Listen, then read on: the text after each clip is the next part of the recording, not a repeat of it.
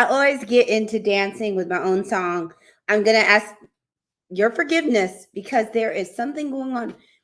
The sun has moved, and I can't seem to get an angle that you don't get little sun rays. So I'm just going to say that today's episode of Growth Groove with Dr. Ericka will be co-starring Sunshine. So who doesn't need a little bit of sunshine?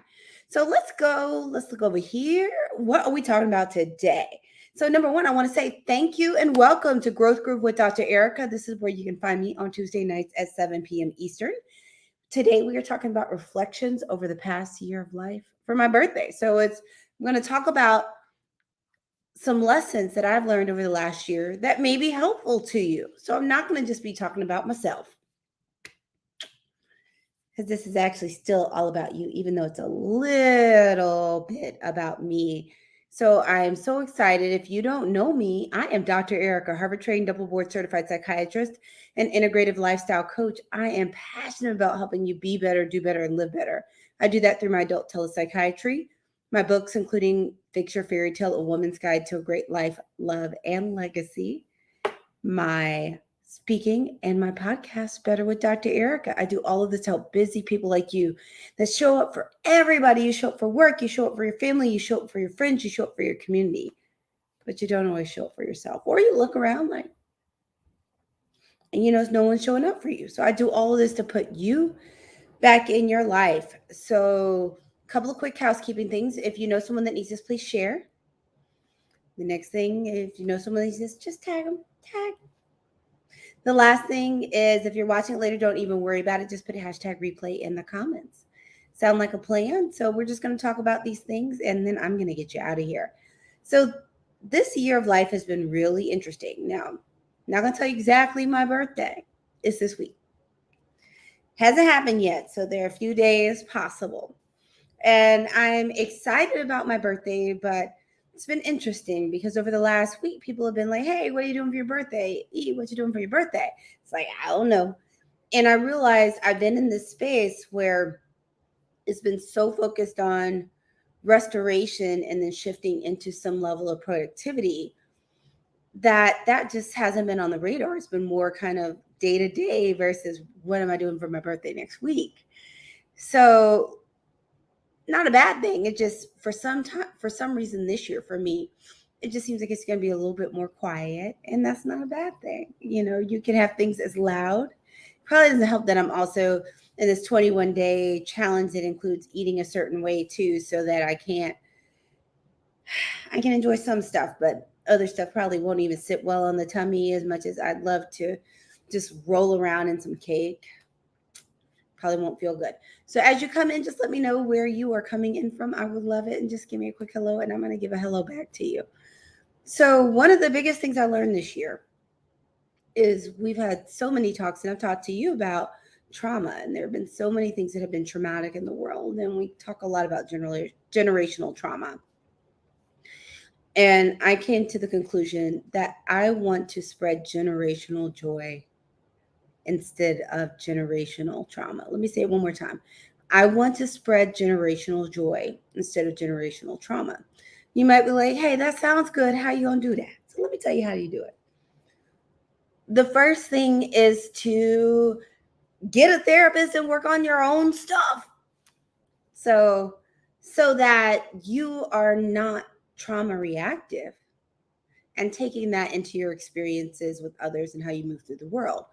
So one of the ways for us to break the curse of generational trauma is to do the work to heal our own trauma. So I have pledged that I'm here to spread generational joy. And I'm here, I feel like my main purpose is actually to spread love.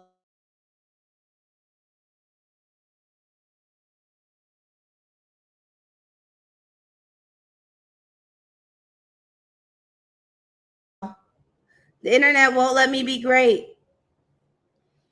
And I don't know the internet.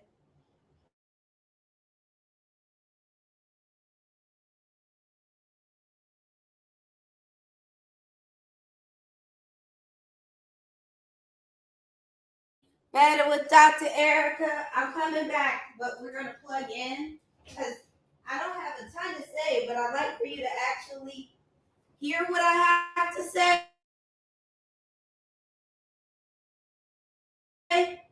And this for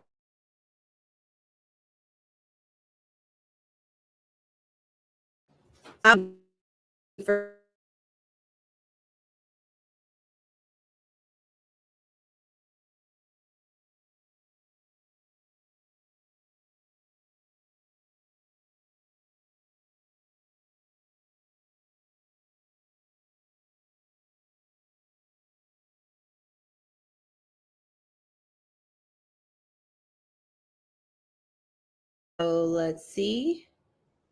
Hopefully, I don't. Okay. So hopefully this should fix the situation so that we can actually just have this conversation. So we are talking about healing our own trauma so that you can spread generational joy instead of generational trauma and doing the steps necessary to heal that. And for me, one of the things I needed to do, because one of the lessons that I just see over and over again is sometimes there are so many ways that moving around in this world can feel traumatic. And for me, I realized that there became a point where just dealing with the emotional intensity around me, I just needed to turn off. So the next lesson is that sometimes you have to unplug and turn off for a while. And as the old folks would say, sit yourself down somewhere. And I did. I found myself totally exhausted. You know, I could do work, but as soon as work was over, I was toast. Now, how many of you out there that when you finish work, you're just done, that you are tired, you are done, you feel like there's nothing else you could do, stick a fork in you? What I discovered was that to recover from that, it takes intentionality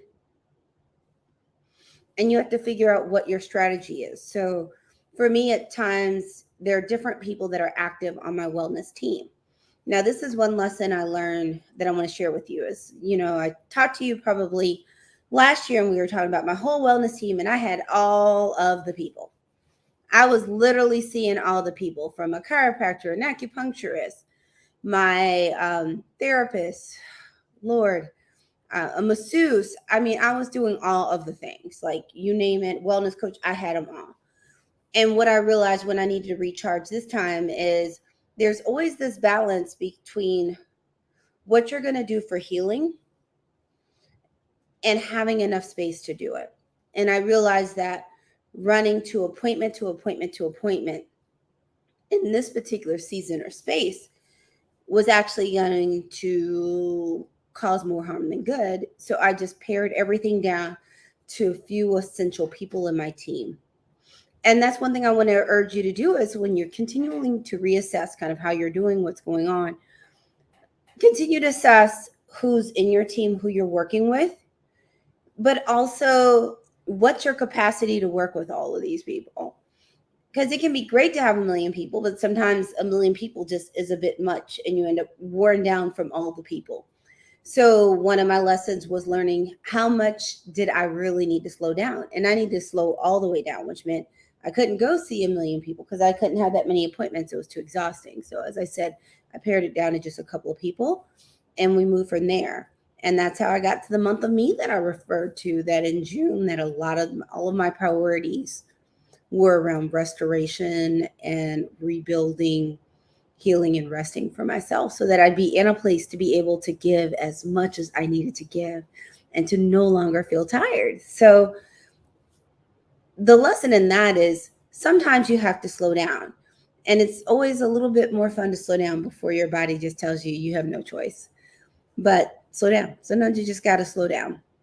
I know my good buddy, Dr. Lakeisha, who's in the podcast episode I released today, talks about slowing down to speed up. And I talk about that too. So it's part of the reason we're kind of aligned.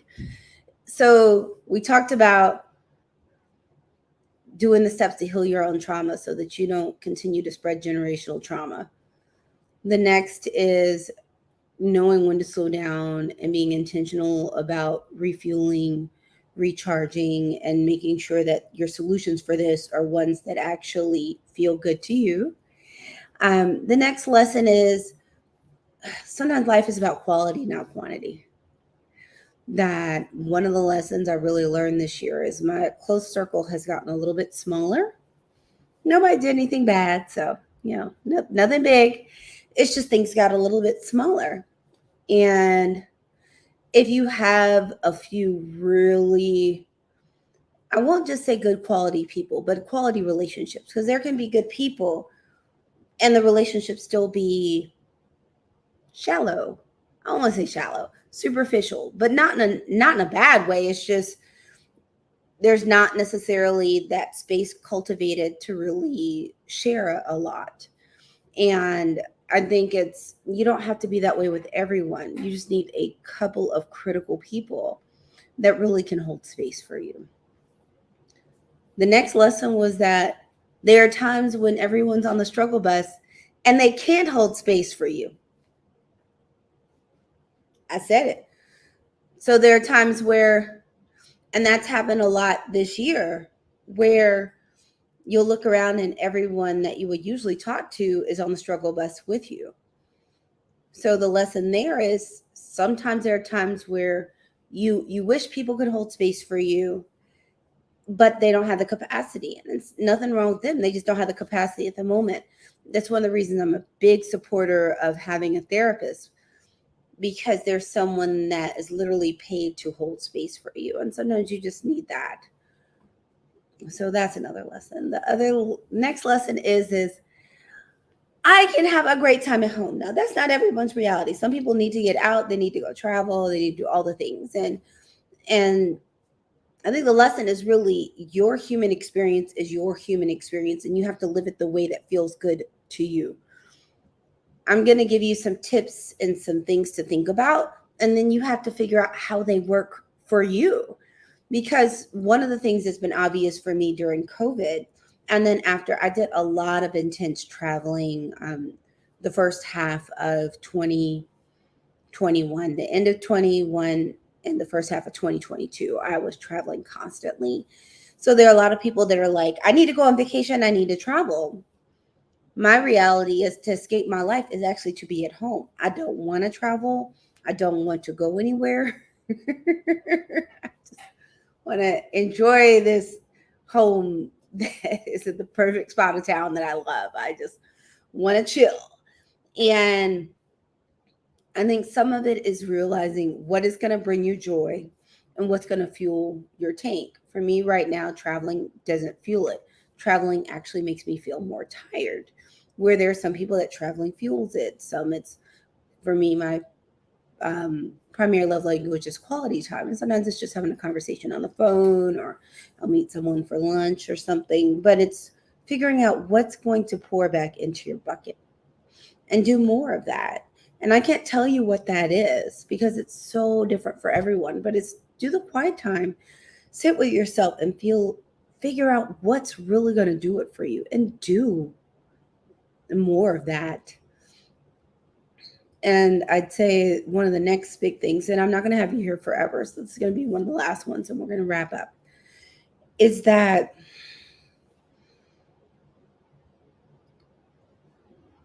life is finite.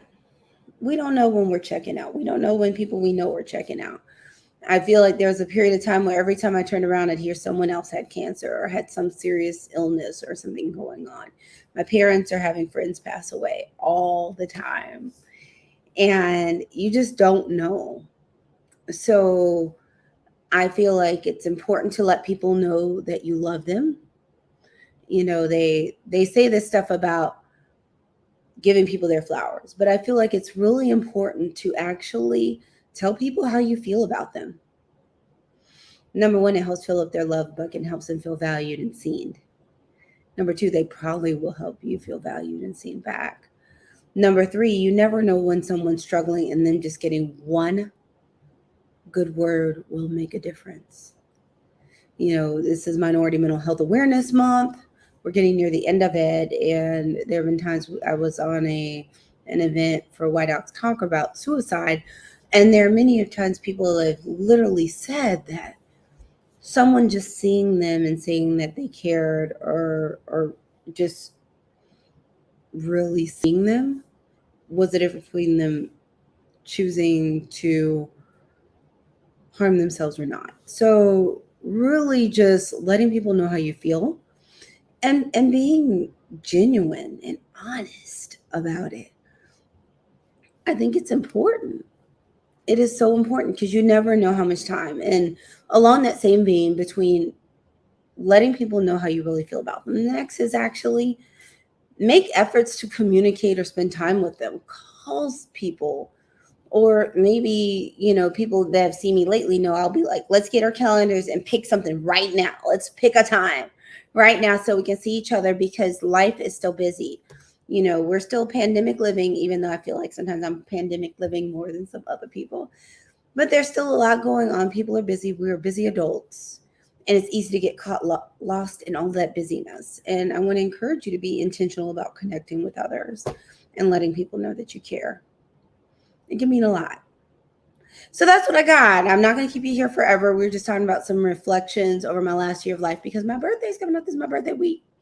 And just a couple that we talked about was spreading generational joy, not generational trauma, by actually taking steps to heal our trauma, by starting to take stock in ourselves and understand when you're feeling like you are overwhelmed or you're having energy loss or not enough energy, of figuring out what helps restore you and do more of that, being cognizant to not try to make your solution be so much running around that it actually makes you more tired, really valuing and cherishing quality relationships, quality over quantity, making sure that you have people that can hold space for you. And if the people you love can't hold space for you now, to actually have a therapist that can hold space for you, and to actually communicate how you feel to others, and to really value connection and to value your heart.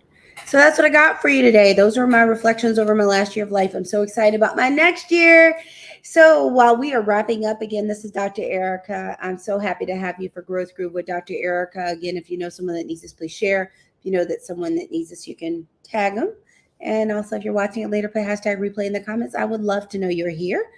Now, all I've got left for you is, me, Dr. Ericka. I do Dr. Ericka stuff. Thanks for hanging in with me with all of my technical difficulties. The internet did not want to let me be great, is what it is. I will take it, and thank you so much. I will take that the internet did not want to let me be great, and we will still be great despite it. Again, if you know someone that needs some high quality, personalized telepsychiatry, you can always check me out at AskDrGoodwin.com, AskDrGoodwin.com. I am taking new patients. You can get a free 15-minute consultation. The other thing is, I talk about my podcast, Better with Dr. Ericka. And if you listen to songs, Better with Dr. Ericka. Oh, no, my singing's not good, even though Dr. Jaquel will sing my song for me. You can find it on Apple Podcasts, Google Podcasts, Spotify, or Better with Dr. I'm about to say the website wrong. BetterThePodcast.com. It is scrolling below. Just come on, check me out over there. There's some great episodes. I'd love for you to take a listen. If you could also do me a favor and follow, subscribe, and share it. I want other people to hear what's going on. These are some really inspiring conversations.